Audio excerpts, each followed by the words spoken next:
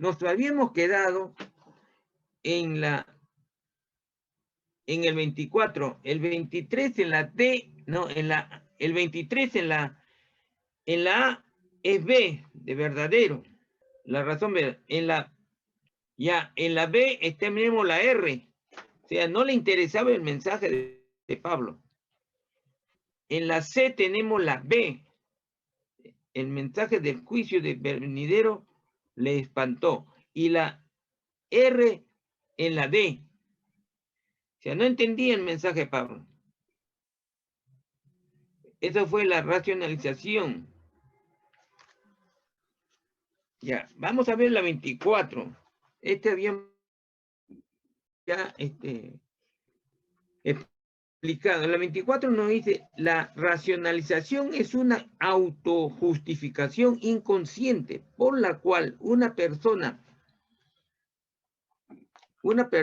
cree estar dando razones verdaderas de sus actos cuando en realidad sus razones falsas son razones falsas. Pregunta, ¿quién es la persona engañada cuando se usa el ajuste de la racionalización?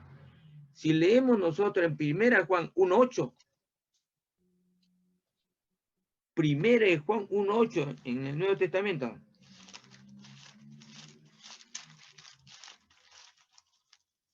Ya, ahí dice, si decimos que no tenemos pecado, nos engañamos nosotros mismos, claro.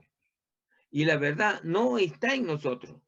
O sea, lo que hace, es lo que hace la racionalización. La respuesta es la que hace la racionalización. Ah. Y en la 25 dice, entonces podemos decir que la racionalización consiste en dar razones, claro. Claro, razones que falsas. Razones falsas, pero más aceptables, ¿no es cierto? Pero más aceptables. Sin darnos cuenta de que nos estamos engañando a nosotros mismos porque no podemos tolerar la razón. ¿Qué razón? La razón verdaderas. Porque la falsa está más adelante.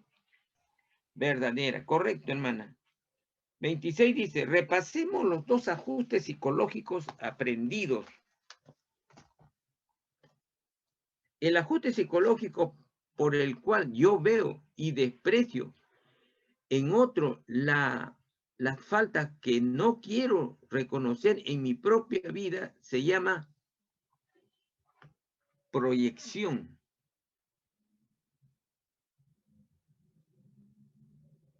Proyección.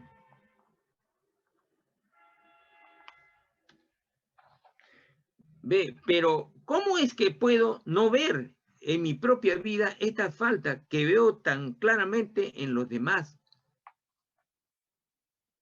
Puedo hacerlo porque cubro mis errores con razones falsas, sin darme cuenta de que no son las razones verdaderas. O sea, utilizo el ajuste en la racionalización.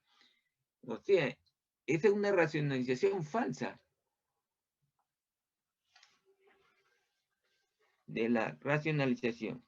Ahí tenemos los dos dibujos, hermano, en donde el individuo de la letra A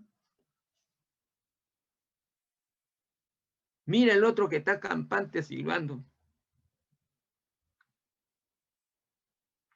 Y el otro en la B es un santo. Y todavía se le ve que las alas están, el santo pues se cree un santo que no comete nada. ¿Cuál de los ajustes psicológicos, proyección o racionalización corresponde al dibujo? Usted, la A, está mirando al otro, pero está mirando sus errores del otro, pero no mira su propio error, no mira, se ciega. A ese se le dice proyección, la letra A. Es aquel que mira el error del otro. Es como dice, ve la paja en el ojo ajeno, pero no ve el tronco que tiene. Eso dice la palabra. A eso se le dice proyección. Y al otro, pues, es diferente, se quiere un santo. Es la racionalización. Razona, pero falsamente. Esa es racionalización, así es. Ahora, vamos a estudiar el desplazamiento. En el 3, desplazamiento. El tercer ajuste psicológico se llama desplazamiento. Es cuando una persona que es más fuerte que yo me causa irritación, pero yo me vuelco contra otra persona inocente, más débil que yo. Por ejemplo, un obrero que está enojado con su patrón, cuando regresa a su casa, descarga su fastidio con su mujer. Y a veces no siempre viene la mujer, sino contra los hijos. Pero acá dice contra su mujer. En este ejemplo, ¿quién es la persona más fuerte?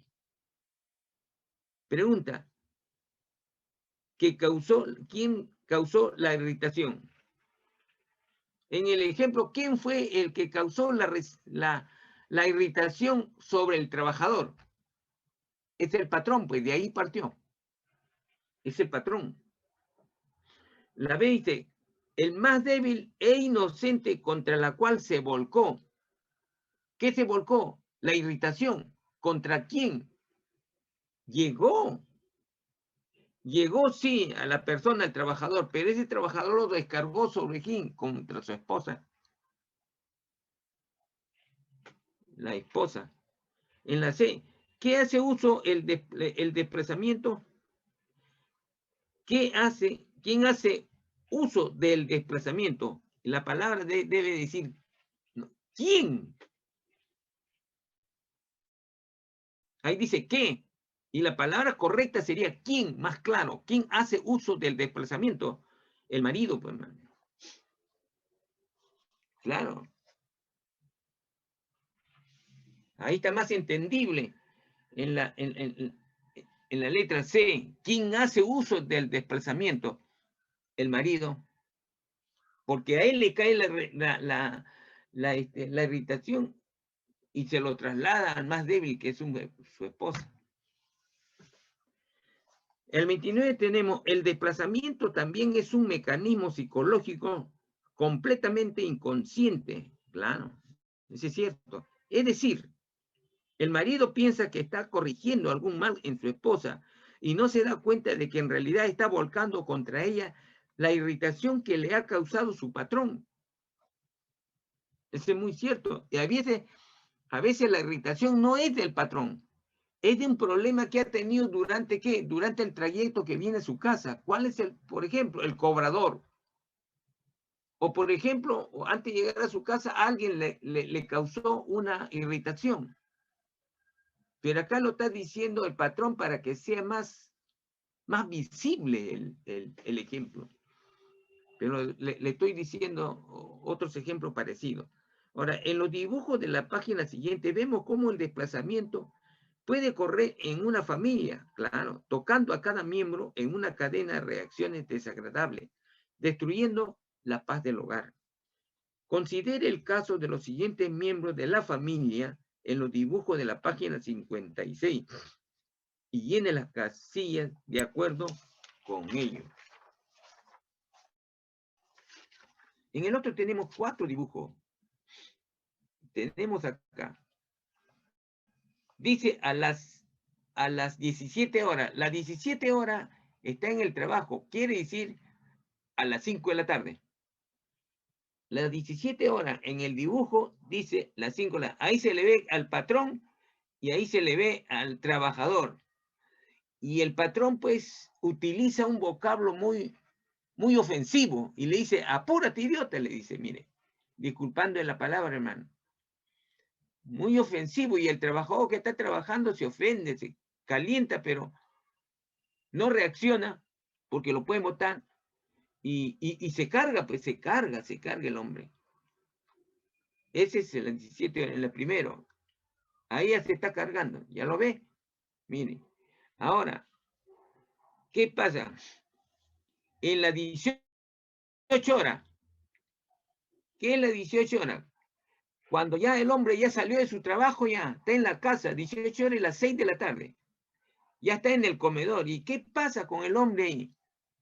La esposa está asustada. Él llega y se sienta a comer y lo que le sirve su esposa, le sirve una sopa. Y así la sopa esté caliente y lo dice, o esté tibia, le dice, esta sopa está fría. O sea, búscala sin razón. ¿Para qué? Para descargar la irritación, para descargar su cólera que tiene. Así somos muchas personas. Muchos hombres son así. Y ofende a la esposa.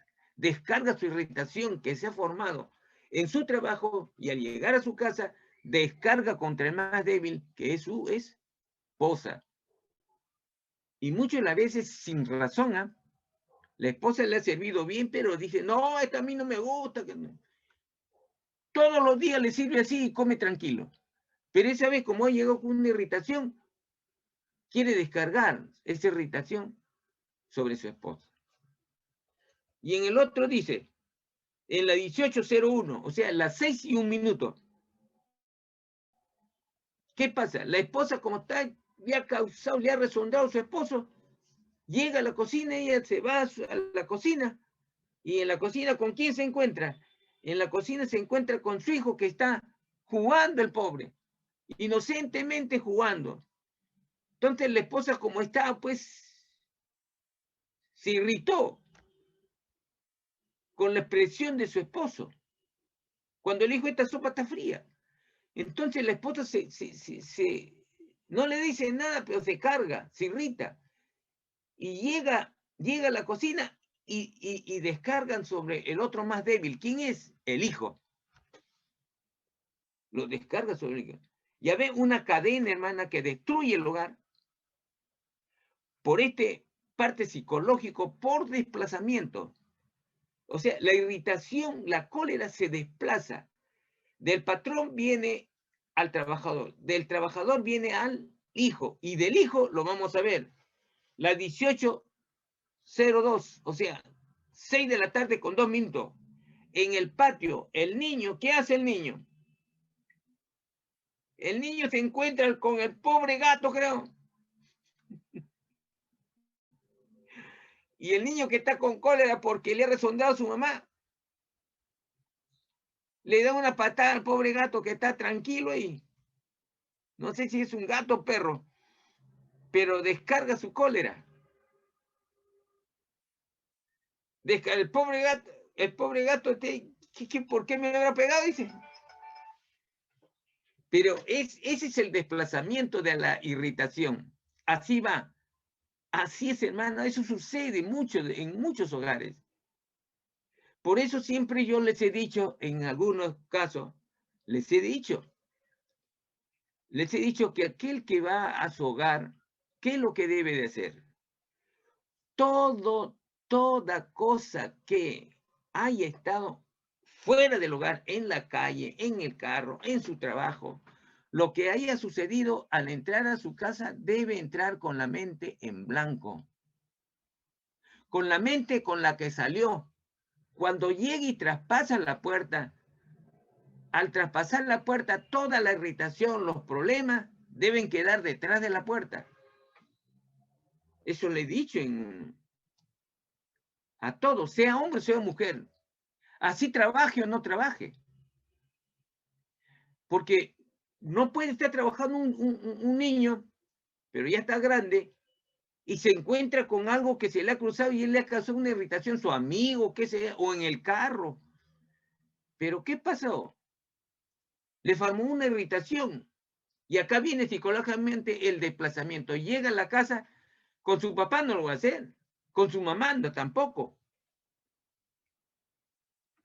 Pero con otro más débil que él. ¿Quién puede ser? Su hermano menor o su hermana menor. O puede ser uno de los animalitos que tiene. Eso, descargamos nuestro furor contra los más débiles. Y eso no debe de ser. Por eso le digo siempre que cuando traspasemos la casa para entrar en la casa, en la cual vivimos, ya debemos dejar todo lo que ha sucedido en la calle. Y debemos entrar con una actitud de un cristiano, de una actitud que Cristo nos ha dado. Una actitud de amor. De amor. Eso es lo que prima en el corazón de Cristo. Eso es lo que prima en el corazón de Cristo. Y si somos sus hijos de Cristo, eso es lo que heredamos de Él. ¿Por qué decimos que heredamos? Porque nosotros somos parte de Él. ¿Por qué? Porque el Espíritu Santo vino en nuestro corazón cuando nos convertimos, cuando decidimos ser hijos de Cristo, cuando decidimos dar gracias y reconocer que Él murió por nosotros, reconocer que somos pecadores, reconocer que renunciamos a nuestra vida anterior y ya somos de Cristo, ya somos de Cristo, comprados por Él, con sangre hemos sido comprados. Entonces la actitud deberíamos de ser esa actitud de Cristo. Así es. Por eso siempre he dicho, cuando lleguemos a casa, seamos padre o seamos madre o seamos hermanos, llegamos a casa, todos los problemas deben quedar en la puerta, detrás de la puerta, no adentro, detrás de la puerta. Y entrar con una sonrisa alegre y un corazón abierto al amor.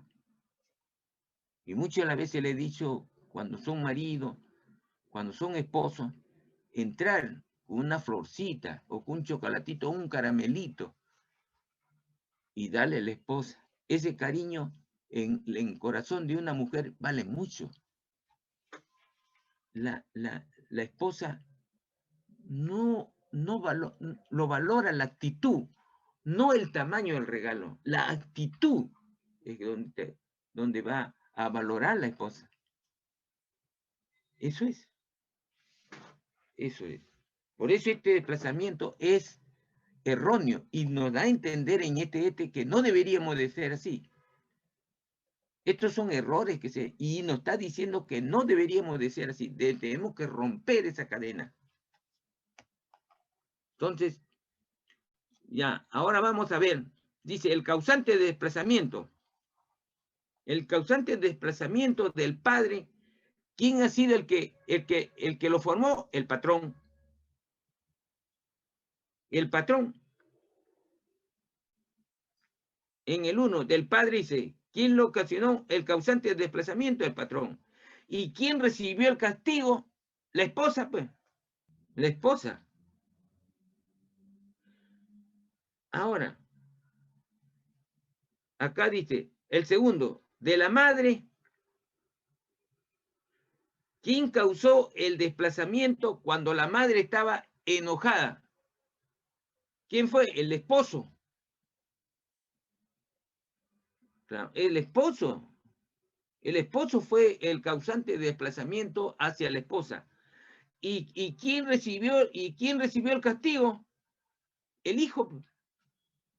Llegó a la esposa se enfureció y contra más débil llegó a la cocina. ¿Y quién pagó la culpa? Ahora, ¿y el hijo? ¿Quién fue el causante de desplazamiento? La mamá. Porque el hijo lo recibió, ¿quién? ¿De quién recibió? De la mamá. La madre. Ahora, ¿pero quién recibió el castigo? ¿A quién le tiró la patada el hijo? Si ven que es un perro, ponga perro. Pero si ven que es un gato, un gato.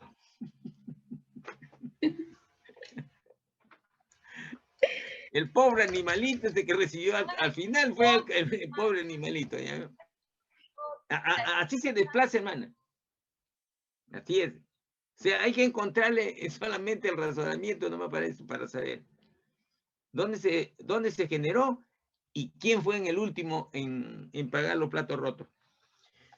Tomemos como otro ejemplo del tiempo de David, esta vez de su hermano. Cuando el gigante Goliat estaba amenazando diariamente al ejército israelita, todos los soldados tuvieron mucho miedo de él, inclusive el hermano mayor de David, que se llamaba Eliab. David era joven en aquel entonces y llegó al campamento militar mandado por su padre, con provisiones de pan y queso para sus hermanos mayores.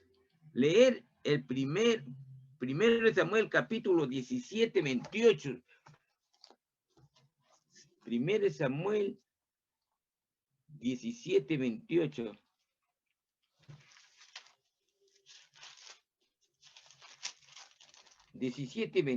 Dice así.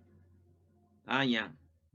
Ahí está la hermana, rapidito lo saca. Y oyéndole hablar a Eliab, su hermano mayor, con aquellos hombres, se encendió en ira contra David y dijo: ¿para qué has descendido acá y a quién has dejado aquellas pocas ovejas en el desierto? Yo conozco tu soberbia y la malicia de tu corazón, que para ver la batalla has venido. ¿Cómo no? ¿Cómo? Yo conozco tu soberbia, le dice Eliab, y la malicia que hay en tu corazón. Pero es eso, o sea, culpa a David de lo que él con mucho amor ha querido ir al campamento. ¿Para qué? No solamente para ver la batalla, para traerle algo de comer a sus hermanos. Pero el inocente David, ¿qué pasa? Su hermano se enfurece y descarga su furia en él diciéndole estas palabras, ¿no? Ahora dice, ¿cómo recibió Eliab a David? Claro, estaba furioso, con enojo, pues. Estaba furioso. Puede poner enojo, con ira, como quiera. B, ¿quién era la persona más débil contra quien Eliab se volcó? Recuerde la historia de arriba. ¿Contra quién fue? Contra David, pues. David. La C dice, ¿quién era la persona más fuerte que Eliab, con quien tuvo miedo de enfrentarse y que causó su irritación? La irritación vino de Goliat, porque si se vio impotente de poder, ¿qué? De hacerle frente, y tuvo miedo. Y ese miedo se trasladó, ¿qué? En su ira contra David. ¿Cómo mire el desplazamiento? Desplazamiento, así es. Ahora la D dice, ¿qué ajuste psicológico utilizó Eliab aquí? La A no es proyección. ¿Es racionalización? No. Es desplazamiento. O sea, se desplazó. El causante, Goliat, a través de Eliab, y llegó aquí en la ira a David. Entonces tenemos en la 31, decimos, recuerde que el desplazamiento se manifiesta cuando me causa irritación una persona más débil, más fuerte. Más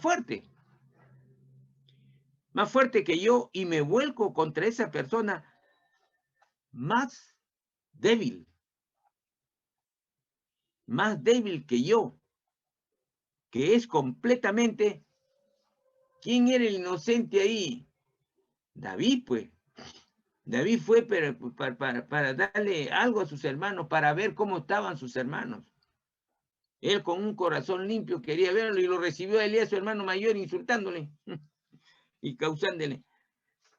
Ya, entonces tenemos que, hasta ahora hemos considerado los tres ajustes, que agresivos, todos son agresivos: racionalización, el desplazamiento. Ahora vamos a completar los dos ajustes defensivos. Estos tres primeros eran agresivos, y ahora los dos ajustes defensivos. Cuando la persona inconscientemente se retira de la confrontación. En el 4 tenemos la regresión. Regresión viene de que regresa.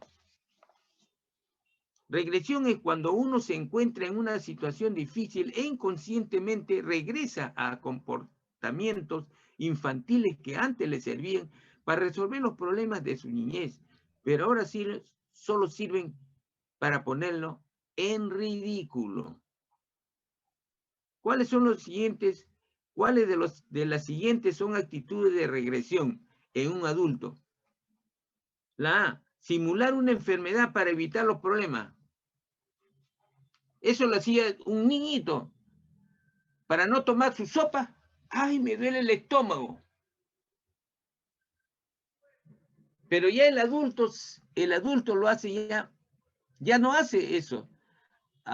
Ya esa regresión lo hace más, ya es más, con un ejemplo ya más patente. En la B dice, usar lenguaje infantil, claro. También, la A y la B, está correcto. Lo que pasa es que le decía al pastor que por favor vuelva a explicar, ¿no?, cómo se va a elegir las actitudes de regresión, por favor, para entenderlo yo bien. No lo he entendido. Ya. Miren. Ya, desde aquí voy a leer de primero regresión. y le explico. Dice, regresión es cuando uno se encuentra en una situación difícil e inconscientemente regresa a su comportamiento infantil. O sea, ya yo soy adulto. Ya yo soy adulto, pero regreso en una situación yo regreso a mi actitud cuando yo era niño y me manifiesto como era niño. Así es, mire. Regresa a comportamientos infantiles. Infantiles quiere decir de niño, que antes le servían para resolver los problemas de su niñez. Claro, el niño dice, ay, no quería comer, y dice, me duele la barriga. No quiero comer, me duele la barriga. ¿Por qué? Porque no le gustaba la sopa, o porque vio que no era su sopa favorito, o su comida favorita. Es un ejemplo patente, ¿no? Pero ese ejemplo, cuando estamos grandes, a veces regresamos a ese comportamiento de niño. Pero ese comportamiento de niño, la esposa que le ve le dice, oye, te estás comportando como niño, está bien, ya tú eres adulto. Te estás comportando como niño, ya tú eres adulto. Entonces el adulto va a decir, pues mira, ¿sabe qué? No me gusta la sopa, o esa sería su actitud correcta. Pero se está comportando en una actitud de regresión. Regresión quiere decir, yo regreso, soy adulto y me regreso a mi comportamiento de niño. Regreso a mi comportamiento de niño. Eso se llama regresión. Por eso desde el comienzo le dije, regresión quiere decir volver. Yo ya soy adulto. De repente estoy casado o no estoy casado. Pero si está casado, dice pues, le dice, no, ¿sabe qué? Me duele la barriga y no quiero. Pero la esposa le dice, mira, ve. La esposa sabe que no le duele la barriga, porque he estado muy bien minutos antes. Y le dice, mira, ve, ¿sabes qué? Mira, te estás comportando como un niño para no querer tomar tu sopa. Ya tú eres adulto. Esa actitud ese comportamiento es cuando tú eras niño. Has regresado esa actitud de tener una excusa para no comer. Ahora, como tú eres adulto, solamente dime, pues no, que te duele la barriga, sino dime, mira, ¿sabes qué? La sopa no me gusta. Esa sería tu respuesta correcta porque eres adulto. Pero te comportas como un niño diciéndome que te duele la barriga y no quieres comer. Porque si hace minutos nomás yo te he visto que estabas muy bien del estómago. Te has comido una manzana y tranquilo. Y esa actitud, al final, ¿qué es lo que le causa al que puso esa disculpa? Vergüenza. ¿Por qué? Porque su esposa le descubrió. Por eso dice, ¿cuáles de las siguientes son actitudes de regresión en un adulto? En un adulto, simular una enfermedad para evitar un problema. Sí. Ese es. Me evito un problema. ¿Cuál es el problema de la sopa? Me evito el problema de qué? De que tenga que comer y no me gusta esa sopa. Y para mí sería un problema, dice. Ahora, el otro. usar lenguaje infantil. Usar un lenguaje infantil. Y hay muchas actitudes en un lenguaje infantil. ¿Cuál sería un lenguaje? O sea, yo voy a hablar en una actitud al dirigirme a mi hijo, o al dirigirme a mi esposo, o al dirigirme a otra persona. ¿Qué hacía cuando yo era niño al dirigirme a otra persona? Hablaba, mi vocablo era ya no de un adulto. Mi razonamiento ya no era de un adulto. Mi razonamiento, debo comportarme como un adulto, pero lo hablo como si fuera un niño. O sea, vamos a suponer que le diga que le diga pues vamos a suponer, le diga le dice, una actitud le dice, usted se llama Carmen, le dice Camuchita. O le dice, pues, Camucha, por favor, ¿puedes hacerme este favor? Y la actitud de un niño, ¿qué es lo que le va a decir? ¿Qué le va a decir? Ya no le dice Camucha o Camuchita, le dice de un niño dirigido a su mamá. Ay, mamá. Y le dice, mamita, ay, no quiero eso. No quiero, no. Es una actitud de un niño. Sigo siendo grande. No debo tener ese lenguaje infantil, cualquiera que sea el problema. Y utiliza solamente ese lenguaje infantil en problema o algo que quiere evitar. Ese es un lenguaje infantil.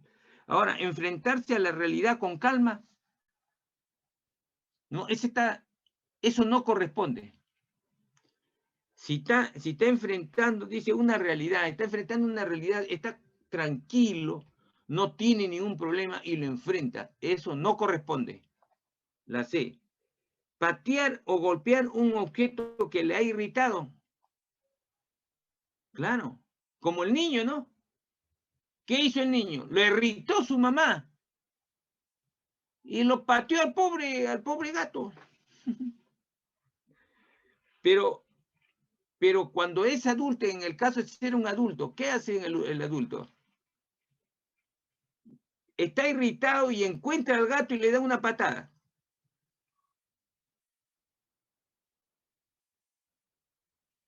¿Eso es la actitud de un adulto? No, puede ser de un niño, pero no de un adulto. No de un adulto.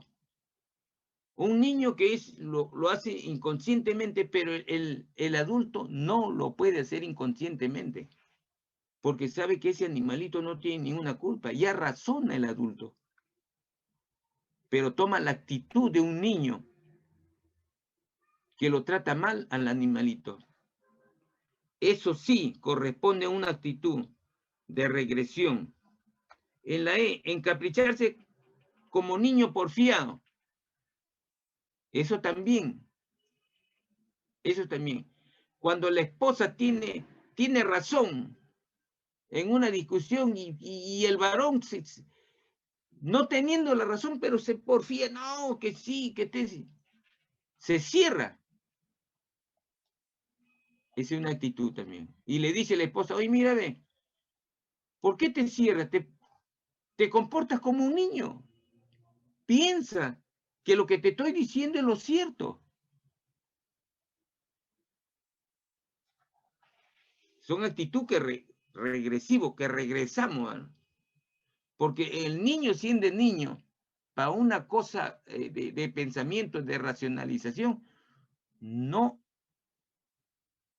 El niño no puede pensarlo porque su razonamiento es limitado. En cambio, el adulto no, lo comprende más rápido y es más amplio. Rehúsa hablar con alguien que lo ha ofendido. También está correcto. Rehúsa hablar con alguien que lo ha ofendido. ¿Está bien?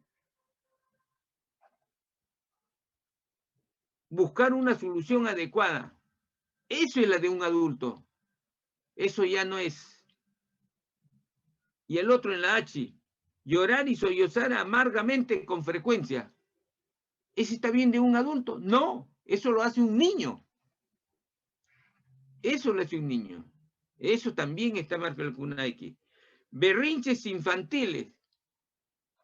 Y es una actitud ya demasiado, no es frecuente, pero demasiado se ve a la legua que es un berrinche infantil. No va a ser un adulto pues, que vamos a suponer que el papá no le quiere dar el permiso para ir a la fiesta de 15 años y la señorita se tira al piso y se tira al piso y dice, no, papá me tiene que dar, y se tira al piso como un niño que se tira al piso para poder que le den permiso. No, eso no es correcto. Está tomando actitud que cuando tenía 3, 4 años, esa niña de 15 años. O sea, siendo adulto, me comporto en un problema, me comporto como un niño. Eso se llama regresión. O sea, mi comportamiento cuando era niño está muy bien, pero cuando soy adulto, mi forma de ser no debe de ser como un niño. Debo de ser con la edad que tengo. Si tengo 15, con la edad que yo tengo, mi comportamiento. Tengo 20, con la edad que tengo 20 debe ser mi comportamiento. Así, porque si yo, teniendo 20 años y tomo la actitud, mi respuesta es de un niño de 5 años, ese se llama regresión, porque regreso a la edad de 5 años, teniendo 20. Así es. Entonces, comportarse con paciencia, ese es lo correcto. Entonces, no se pone nada. Ese también lo correcto. ¿Comprendió la hermana Carmen? Sí, pastor. Muchas gracias. Ya. Muy claro y entendido. Ya. El 34 sería ejemplo bíblico. Ajá, este está mejor. En la Biblia tenemos un ejemplo de regresión. Acab, uno de los reyes de Israel, codiciaba la viña de un vecino que se llamaba Nabot. Pero Nabot no quiso vender la propiedad. Dice leer primera de R. Reyes, pastor. Ah, sí. Primera de Reyes. El primer rey. Ya, hermano. Correcto. Qué bien. Y lo he puesto mal, la abreviatura. Dice, ya, 21. Yo mismo ya estaba ya claudicando. Primer, 21:4. Ahí está, dice.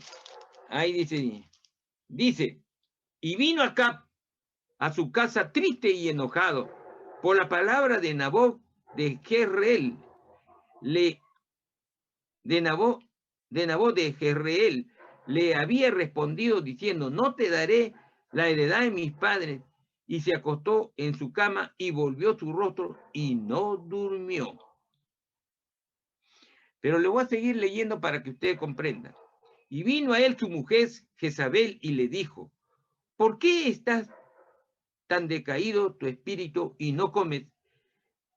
O sea, el rey respondió, porque hablé con Nabot de Jezreel y le dije que me diera su viña por dinero, o que si más quería, le daría otra viña por ella. Y él respondió, no te daré mi viña.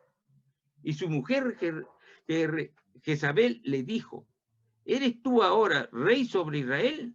Levántate y come y alégrate. Yo te daré la viña de Nabot de Jezreel.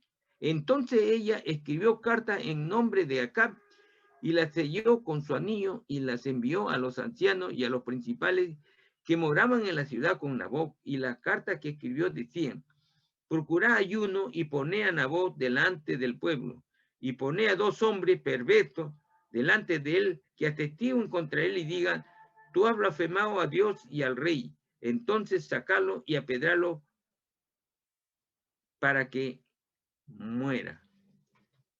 ¿Ahora entienden mejor la lectura? Ahora ya conocía este asedio yo de este rey. Pero ¿cuál es la pregunta?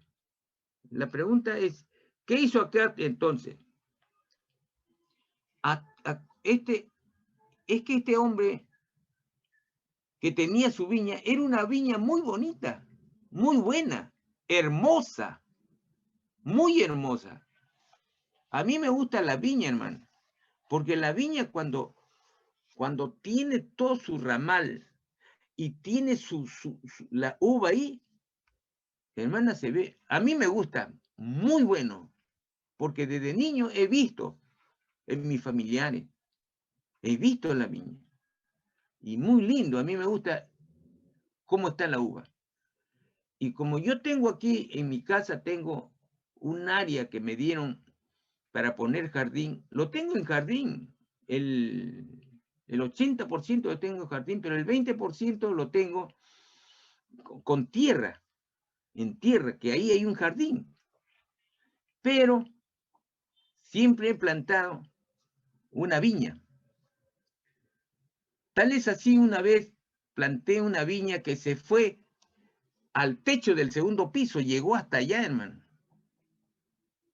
Llegó hasta allá y esté en el techo, y la uva se veía muy bonita, todo se veía hasta abajo, y abajo tenía una ramada.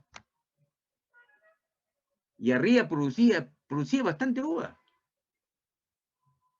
Una vez yo estaba apañando y estaba encima del parral, cuando le veo a una hermana con su hermano pasando de acá de la iglesia.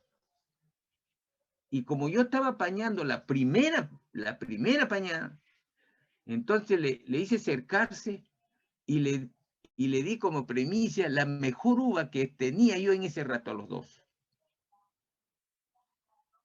Y les di, se agradaron y se fueron. Y ahora actualmente, bueno, esa uva, hermana, la corté. He tenido, gracias a Dios, una uva, hermana, que producía a veces no le miento, un racimo que pesaba 1 kilo o más de 1 kilo. Italia, se ven pero lindas. Esa uva lo tuve que cortar. Pero ahorita tengo uva Borgoña y se ve muy bonita la ramada.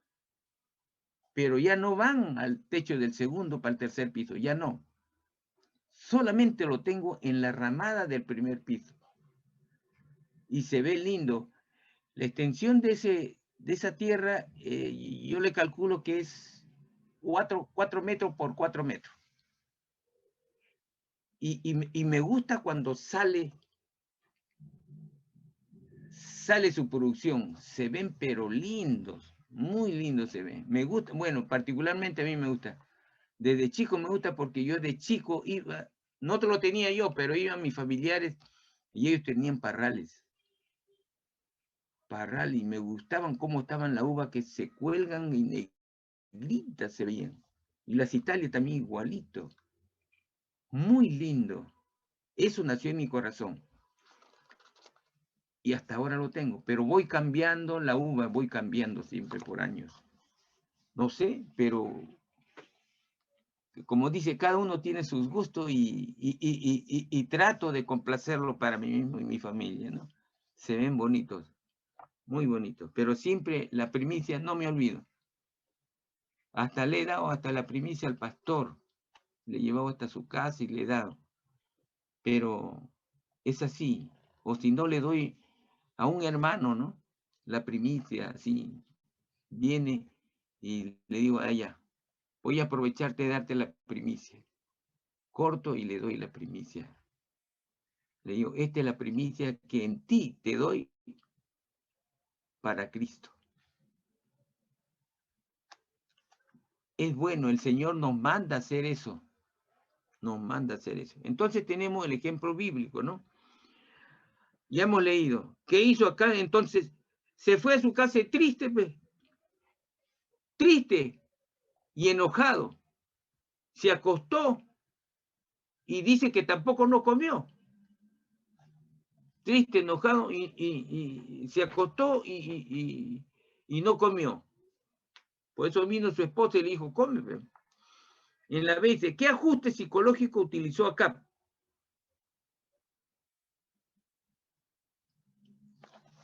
Acá, ¿qué ajuste, man? Una persona que es un rey, Regresión. claro, que es un rey, ¿qué hace el rey? El rey tiene todo, pero le gustó esta uva porque lo había visto.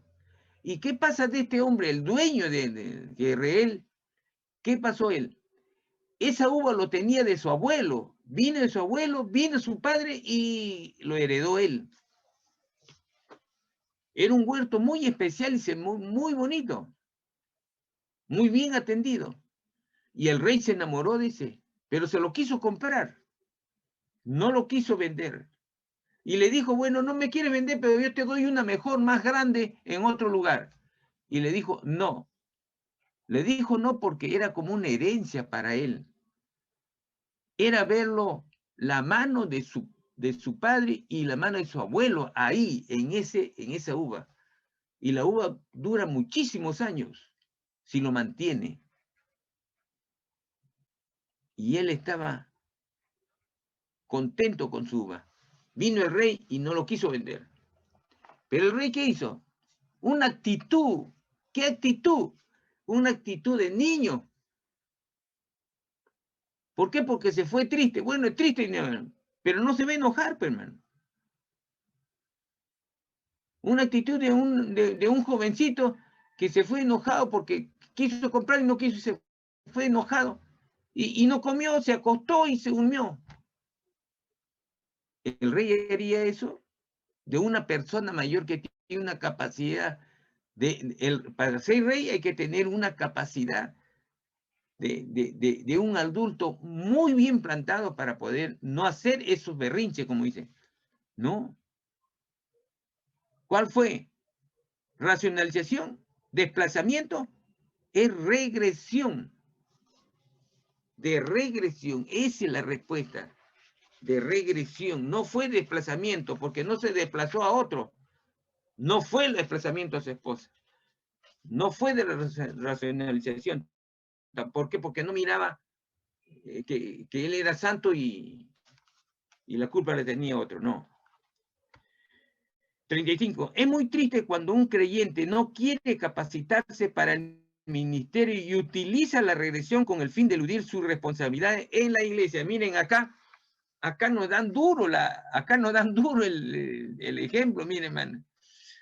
Miren. Dice, es muy triste. ¿Por qué dice muy triste? Porque el Espíritu Santo se pone triste cuando nosotros no asumimos nuestro papel de cristiano, nuestro papel hijo de Dios. No asumimos lo que nos está encargando. Por ejemplo, el pastor le dice, ya véanme, yo quiero, ¿sabe qué? Quiero un líder para ponerlo ahí en una responsabilidad. Cualquiera que sea, puede ser, pues mira, hoy día vamos, como una vez el pastor me dijo, mira, Fernando el hermano está enfermo y no ha hecho la Santa Cena. ¿Puedes ir? Sí, ¿por qué no voy a ir? Puedo ir. Es mi responsabilidad como cristiano, no como pastor, como hijo de Dios, como cristiano, como quien conoce a Cristo, para que el hermano participe también con la Santa Cena. Con la obediencia del pastor, sí, pero más allá es la obediencia a la palabra de Dios. Esa es mi obligación. Así es. Entonces vamos a ver lo que dice acá. Según Hebreo 15, 13 y 14. A ver, ¿pueden ponerlo ahí, por favor?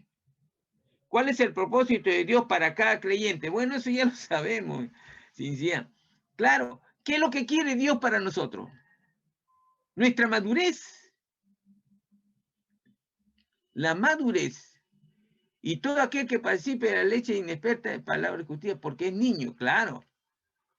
Y es la madurez. Con la madurez ya no vas a tomar leche.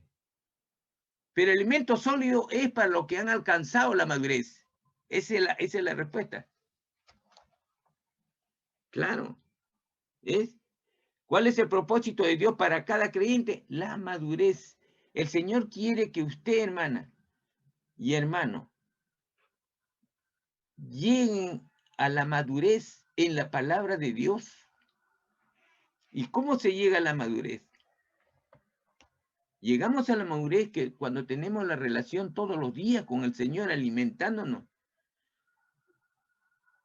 Lo que estamos haciendo, ¿qué estamos haciendo? Aprendiendo de Mateo cuál fue el camino del Señor, sus pasos de nuestro Señor Jesucristo. Alimentándonos acá en conocimiento para adquirir que mañana más tarde la madurez al término. Porque cada día que venimos acá los días domingos estamos alimentando la madurez espiritualmente. El cristiano se está alimentando para llegar a una madurez adecuada conforme lo que el Señor quiere para cada uno de nosotros. Ahora, desgraciadamente algunos creyentes, en vez de alcanzar la madurez, quedan perpetuamente como ¿qué? Como niños, porque el niño no sabe nada. Porque a un niño no le vamos a decir que estudie este. No.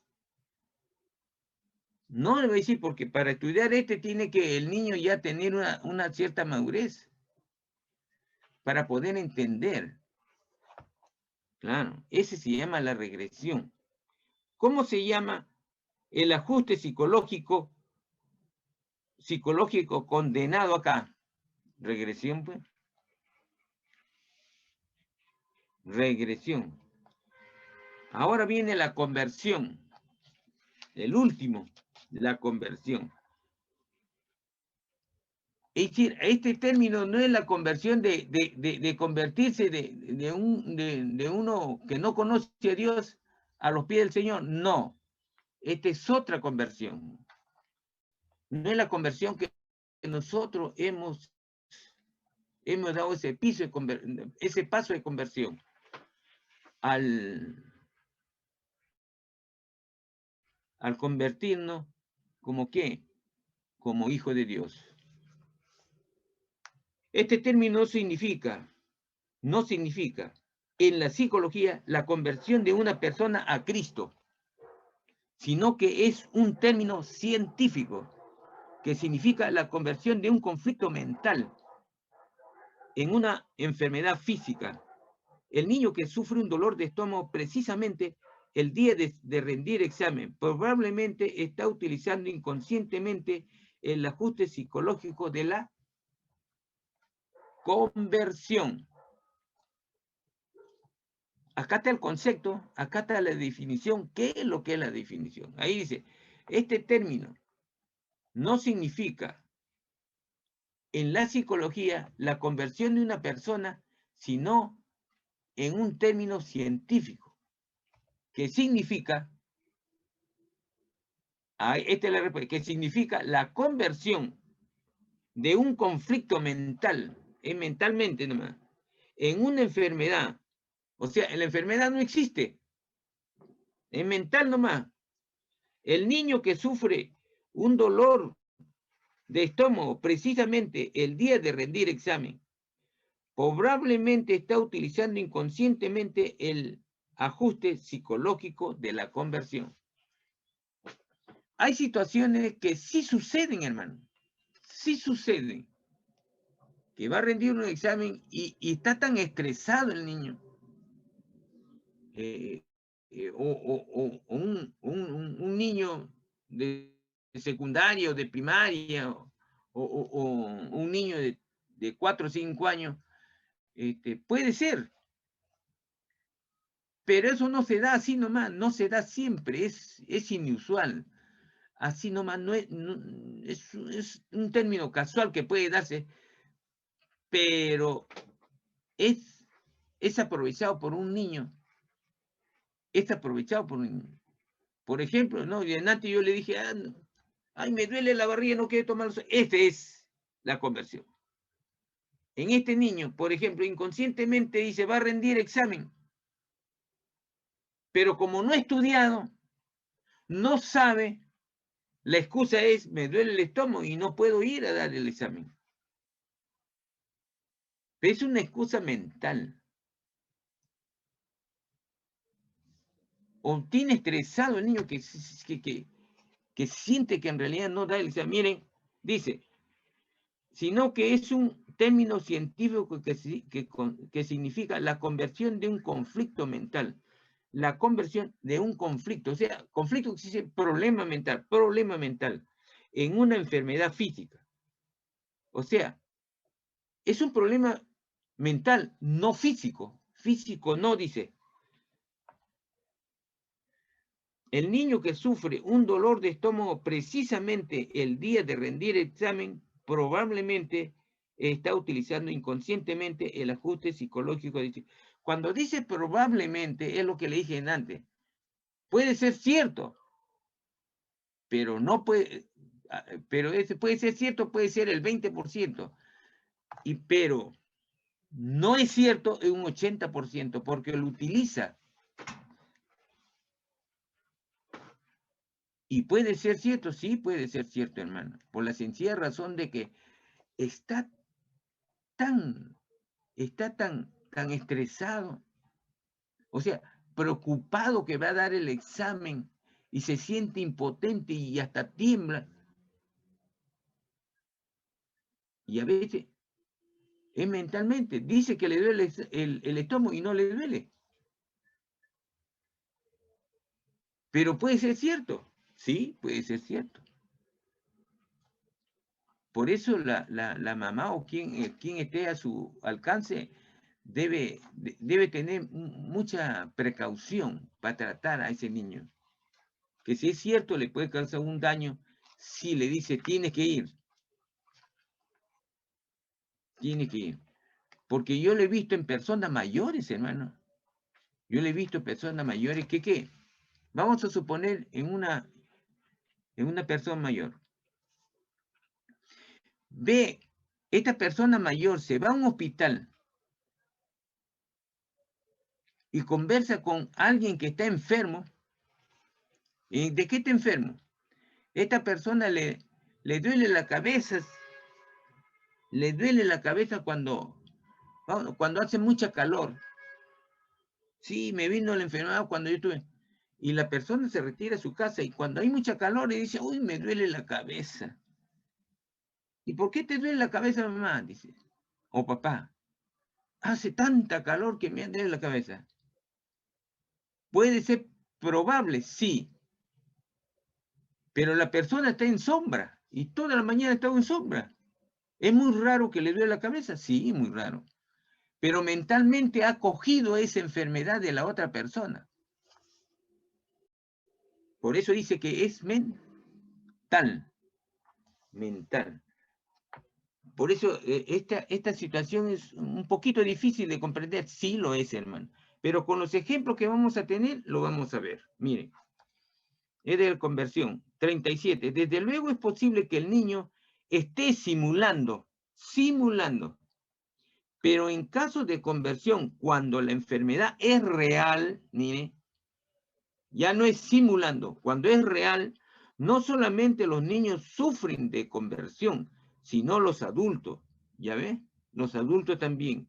Se ha dicho con razón que hoy en día la mitad de las enfermedades tienen su origen en la mente. Sí. Tienen su origen en la mente. Un origen llamado psicosomático. En esta situación, una enfermedad corporal real es causado por un conflicto en la mente. Le voy a dar un ejemplo. En la mente. Le voy a dar un ejemplo. Y ya le dije ya. Pero la enfermedad psicosomática dice que a veces es real, pues es cierto, ¿no? Yo le digo, mire, la persona de una enfermedad de muerte, vamos a suponer. La persona está sana, pero ¿sabe qué? Conversa con otra persona que está mal, o con el familiar de la persona que está mal. Va a otra familia y dice, sí, ¿sabe qué? Yo tengo un tío, una tía que está mal de cáncer, que le duele el estómago duro, que le duele, o si no de los ganglios, le duele y grita, y tiene, los ganglios están inflados y tiene cáncer, ya está desahuciado ya. ¿Sabe la persona sana, hermana? ¿Sabe lo que hace la persona? Se carga, dice, ay, de repente me va a dar a mí. De repente lo puedo tener. Esa es la enfermedad psicosomática. Se carga y cree que lo va a tener o que ya lo tiene.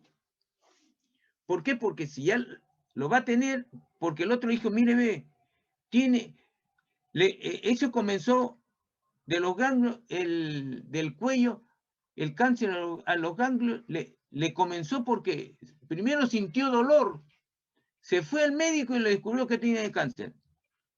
Esa persona que le ha contado durmió mal y tuvo dolor de cuello y dice, uy, de repente tengo cáncer. Se contagia mentalmente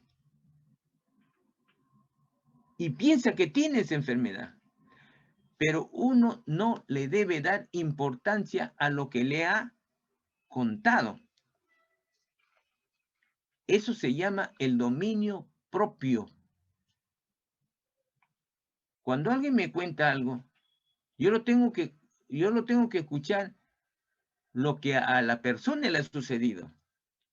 Y trato de no asumir lo que me ha contado. Asumir como mío o como me puede dar. Y eso sería el dominio propio. Porque si no se forma la enfermedad psicosomática, muchas personas le dan eso, hermano. Muchas personas. Muchas personas. Una enfermedad psicosomática es aquella causada por un ajuste psicológico llamado conversión. Al igual que los demás ajustes psicológicos estudiados hasta ahora, la conversión es completamente inconsciente. La persona no sabe por qué se enferma, ni puede con solo un acto de voluntad sanarse. Es uno de los peores resultados del miedo en el hombre cuando en vez de enfrentarse a una situación difícil, el miedo le obliga involuntariamente a huir de ella por medio de una enfermedad física que no lo tiene. De una enfermedad. Mire, acá está el resultado, mire, de lo que todos tenemos que asumir, hermana. Todos tenemos que comportarnos. En el 39 dice, mire, léalo bien y razónenlo, hermana. Al igual que los demás ajustes psicológicos estudiados hasta ahora, la conversión es completamente inconsciente. O sea, inconsciente lo tomas. Inconsciente te hace que ese también te puede suceder. Eso se llama inconsciente. La persona no sabe por qué se enferma. O sea, lo asumió que tiene, ay, le dolió, ay, porque me dio tortícolis, creo que tengo cáncer. No, no. Se enferma, pero no está enfermo. Ni puede con solo un acto de voluntad sanarse. No. Por eso le digo el dominio propio. No hay que asumir, o sea, no hay que tomar ese ejemplo de esa enfermedad o lo que le sucedió. Es uno de los peores resultados del miedo. Eso es el miedo que tenemos de ser, dice, ay, me he contagiado. El miedo. El miedo le obliga a la persona involuntariamente a huir de ella por medio de una enfermedad. Pero la enfermedad es psicológica nada más. 40 dice, ¿no conoce usted una persona que se siente muy débil con frecuencia, no tiene apetito, a veces sufre dificultades de respirar, palpitaciones, mareos o pesadez? También un malestar del estómago que ha ido de médico en médico sin resultados y cuyo único tema son sus enfermedades. A veces estos síntomas son el resultado de la conversión. En Salmo 32, del 3 al 5, David describió este tipo de enfermedad. ¿Cuál fue la causa del conflicto en la mente de David? David cometió pecado, un doble con Betsabé y asesinó. ¿Cuál fue? Un pecado no confesado, porque no lo confesó el pecado. Tuvo que venir el profeta Natán para decirle, para confrontarlo, para decirle cuál era el castigo del Señor. El pecado no confesado. ¿Qué sucedió con su cuerpo? Claro, se enfermó el hombre. Se enfermó. ¿Qué ajuste psicológico que estaba usando David? La conversión. La conversión. ¿Era realmente una enfermedad? Sí, pero era psicosomático. ¿Era realmente una enfermedad? Sí, psicológico. Sí, porque después que se murió el bebé, él se levantó, comió y durmió tranquilo. Pero esto duró, pues, ¿cuánto? No lo dice la Biblia. Puede haber durado, pues, un mes o 2 meses o 10 días. No nos dice. Pero sí nos dice que realmente eso sí. Pero después cuando ya vio que el niño que había nacido de Betsabé murió, sí. Sí, murió porque Natán le dijo que iba a morir ese niño. Pero él comenzó a orar para que el Señor perdonase. Ahora, especialmente importante, es especialmente importante fijarse que una enfermedad de David vino como resultado de un conflicto con relación a su pecado. Esto puede ser verdad para creyentes también, aunque naturalmente no siempre según. A ver, vamos a ver. Según Salmo 32:5, ¿quién puede, por favor, puede ponerle, hermana, 32:5 en Salmo?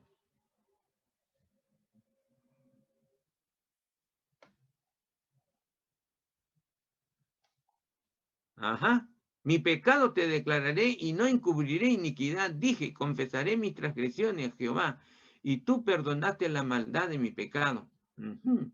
Ya ves. Ahora dice, reconoció su pecado delante del Señor cuando enfermó. Esto solucionó su conversión y trajo la sanidad. Cuando la conversión se debe al pecado inconfeso, resultando en enfermedad. Esto puede ser sanado ¿al qué? Al confesarlo. Al confesarlo se sanó. Ahí mismo lo dice. Al confesar ¿qué? El pecado. Por eso el Señor dice, estoy con los brazos abiertos para perdonar y para abrazarte cada vez que tú confiesas tus delitos. ¿Cuáles son los delitos del cristiano? El pecado. Pues. Ahora, ¿cuál de los dibujos A o B corresponde a la conversión? ¿Cuál es la conversión? La conversión es la B, pues, el temor, el miedo. ¿A qué? A que el otro me enferme de lo que... El miedo que tengo del que está enfermo ahí. ¿Para qué? Para sentirme igual que él. Es el temor. Ahora, la regresión. El A, pues. Que me voy a portar como niño. Esa persona ya es una señorita, pero se comporta como niño, como esta niña chiquita, cuando era chica. Ese se llama regresión. Regresa. Siendo adulta, regresa a ser como niña, se comporta como niña. Esta es la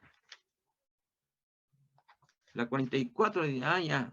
Vamos a ver. Para terminar, cabe decir que no todas las reacciones son ajustes psicológicos. Puede ser que uno vea en el otro un error que no es el suyo. Así que reconocer y en amor tratar de ayudar al otro a vencer esta falta no es proyección. No es proyección. Puede ser que un padre al regresar de su oficina tenga que corregir algo malo en su familia, que es una triste realidad y no tiene nada que ver con el maltrato por parte de su patrón. Entonces, eso no es desplazamiento, claro. El problema es real. Un desplazamiento.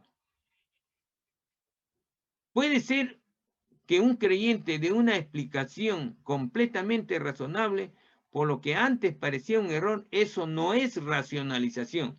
Acá nos está explicando para no confundir. Eso es racionalización. Este es en la C, racionalización. En la A es proyección. En la C es racionalización. En la A es proyección. Proyección, hermana, proyección. En la B es desplazamiento. Ya, en la C es racionalización. Puede ser que uno no acepte un cargo en la iglesia porque realmente sabe que no es la voluntad de Dios para sí. En ese momento, eso no es regresión. Claro, no es regresión. Puede ser que uno esté enfermo físicamente por una causa orgánica y no psicológica. Eso no es conversión. No es conversión. Acá nos está ayudando para proyectarnos a encontrar la verdadera, lo que es racionalización, regresión, conversión, desplazamiento. 45. En los últimos años han aumentado muchos casos de enfermedades de origen mental. Volvemos pues a nuestro punto de partida, el miedo. El miedo.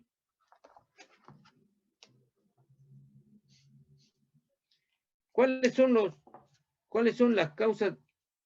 ¿Cuáles son algunas de las causas del miedo y sufrimiento mental del hombre hoy en día? Ah, la posibilidad del fracaso, sí, cierto, está correcto. La A está correcto. La X, ahí me ponen. Ya. La inseguridad económica, también. Sí, hay inseguridad económica. La confianza en el cuidado de Dios, ahí no hay nada. Porque la confianza en el cuidado de Dios no causa miedo. No, pues, al contrario, nos da paz. El peligro del desempleo, sí, causa miedo. X. En la D. En la E, las injusticias sociales, sí se da. Ese causa miedo también. Está bien. Tensión entre padres e hijos, sí, se da muchos casos. Pues especialmente cuando los hijos son grandes. Amor fraternal, no, eso no causa miedo. El amor fraternal no. La sociedad competitiva, sí, sí, esa sociedad competitiva, está bien. Tenemos fe en que Cristo perdona. ¿Eso causa miedo? No, no causa miedo. No causa miedo. La infidelidad en el matrimonio, sí, ese causa miedo a las parejas. Sí, la X. Las enfermedades incurables, eso causa miedo también. ¿A quién no le da causa miedo que le den una enfermedad incurable? Temor por una guerra mundial también da temor, porque van a morir mucha gente, de repente podemos ser partícipes. Los poderes de los ocultos, claro, ahí está el enemigo. La soledad, también, eso causa miedo. Ahora, compararemos al hombre, Pedro con miedo, hundiéndose en el agua, con el Hijo del Hombre, el perfecto hombre Jesucristo, en completa paz. Veamos si en él encontramos algún remedio. ¿Qué es lo que le faltaba a Pedro que le hizo hundir en el agua en Mateo 4:31? Eso ya lo sabemos. ¿Qué es lo que le faltaba a Pedro cuando comenzó a hundirse? Que el Señor le dijo. Claro. ¿La falta de qué? Fe. Claro, pues, De hermano. fe. La fe, pues. Así es. 46. Cuando Pedro buscó la ayuda de Cristo, ¿qué es lo que hizo el Señor? Lo salvó, le tendió la mano. Se dice, ¿por qué es un hijo de Dios? ¿Por qué es que un hijo de Dios no debe tener temor? En Isaías 41:10 dice, ¿por qué, hermana? Porque siempre les he dicho que el Señor está contigo. Dios está con nosotros todos los días, en cada momento. Esa es la respuesta. No debemos tener miedo. Porque Cristo está contigo las 24 horas del día. Está con nosotros. Porque Cristo está con nosotros. Esa es la respuesta. Vamos al 40. En la C, en la B, lo salvó. Lo salvó. Y en la C, porque el Señor está con nosotros, porque Cristo o el Señor está con nosotros. Y en el 47 decimos, ¿cuáles de los siguientes versículos son expresiones de fe? Ya eso lo hemos leído. En la A, en Salmos, correcto, expresión de fe, una X ahí. En la B, también.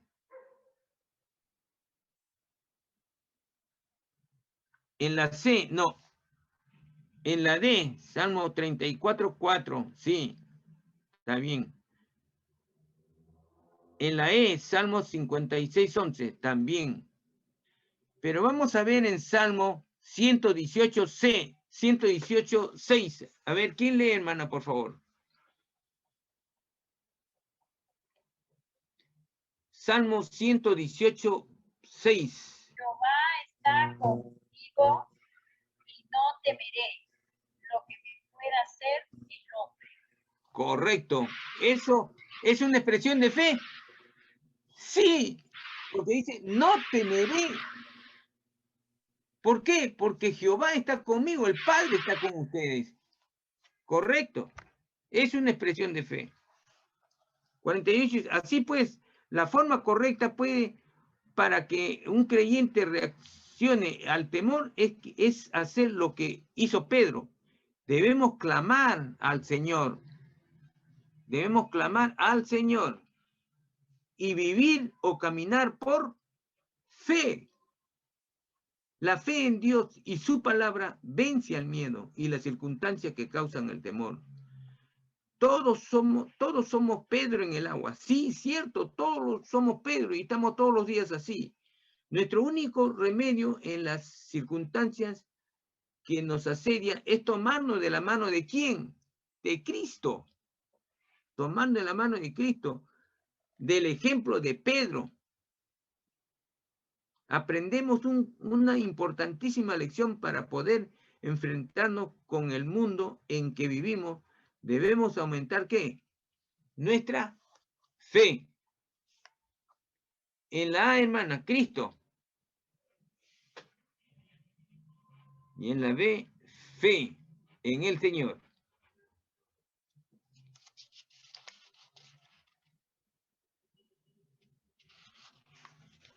Ahí terminamos.